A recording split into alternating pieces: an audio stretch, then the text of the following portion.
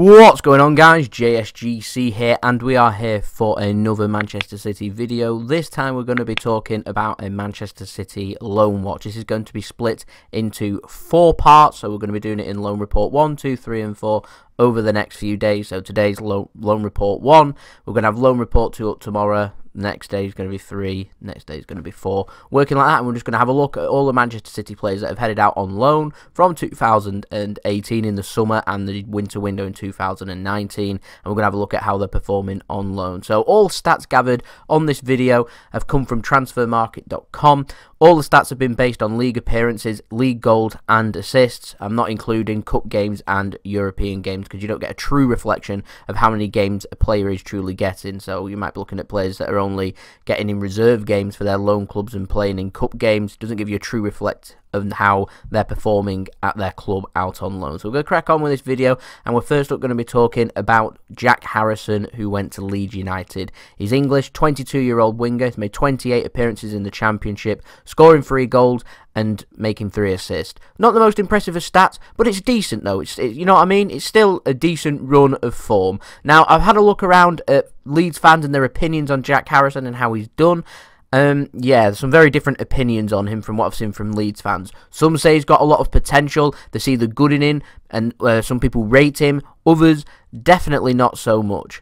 So where we go forward for Manchester City, I'm not too sure. I think we might loan him. It would not surprise me though if we sold him in the summer permanently.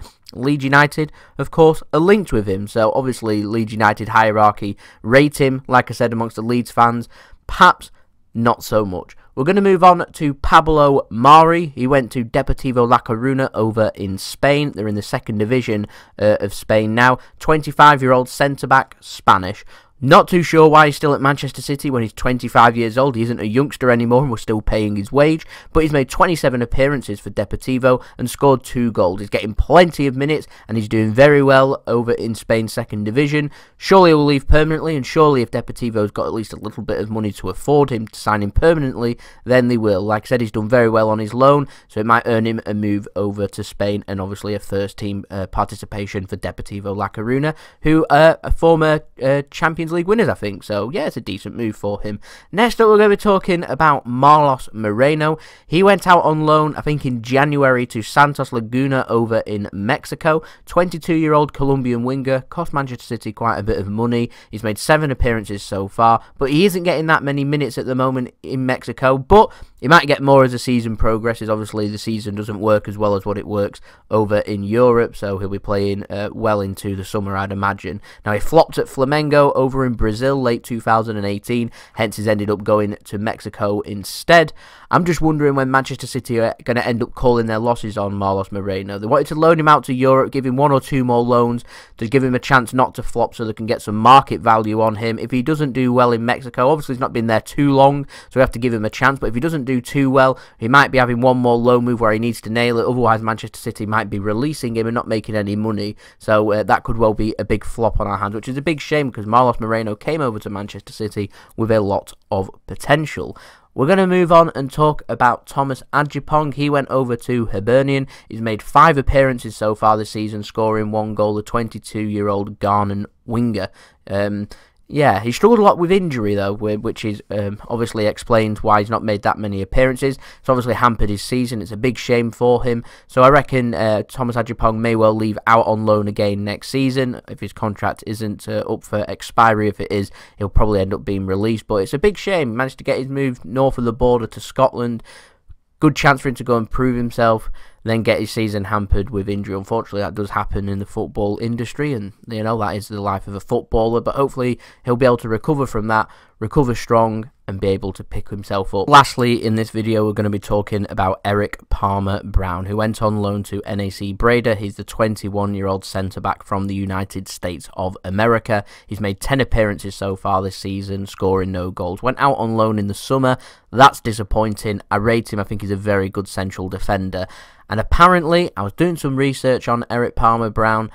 Apparently, the NAC Breda coach doesn't like the attitude of the Manchester City loanees this season. That's why they didn't sign any Manchester City players on loan in January, and they're not getting a lot of game time in the meantime over in the Netherlands, which is disappointing.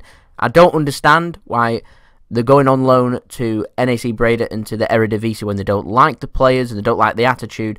We've got an excellent football structure over in England with the EFL, so we're talking the Championship, League 1, League 2. Some people might not be all familiar with these leagues.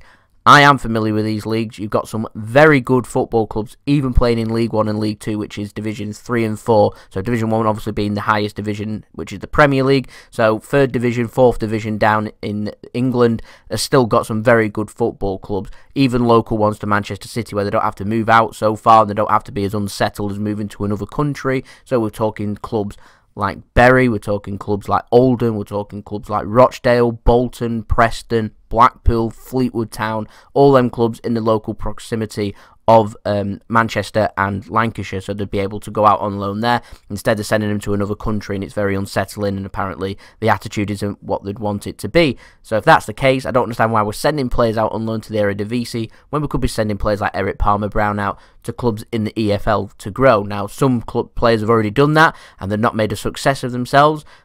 Naturally, you'd have to drop down a division to be able to get more minutes. Now, for me, Erik Palmer-Brown, if he's able to get 10 appearances in the Eredivisie, then he's more than good enough, for example, to be playing in League 1, and there's plenty of League 1 clubs that I'd sure would love the quality of a young centre-back like Erik Palmer-Brown, who would obviously then be able to get regular starts and would be able to see how good Erik Palmer-Brown is. Is he good enough then to go out on another loan and maybe have a crack at the Championship? And you'd be able to see what quality he's got. At the moment, I feel like we've wasted a year of Erik Palmer-Brown's life, and we've wasted also a year of his career, and we've also wasted our own time in making the deals happen, not just him but other players that have headed out to NAC Breda. So maybe there's a little bit of friction there between Manchester City and NAC Breda. I'm sure we'll get our answer in the summer if they end up signing nobody.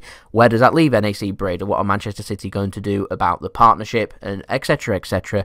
That's another video entirely. So there we go, that's been the video. Hope you enjoyed the video. In Loan Report 2 tomorrow, we're going to be discussing some more players, including Ante Palaversa, Alex Garcia, Brandon Barker, Toshin Adarabayoyo, and Ko Itakura, who went out on loan to Groningen, if you remember, when we signed him back in January. So there we go, that's been the video. If you enjoyed this video, make sure you leave a thumbs up so I know that you enjoyed the video. Let me know your thoughts in the comments below. Make sure you remember to subscribe. We're aiming for 2,500 subscribers, so any help towards that will be much appreciated. Thank you everyone that has watched this video, and thank you to everyone that has subscribed. Your support is much appreciated by me.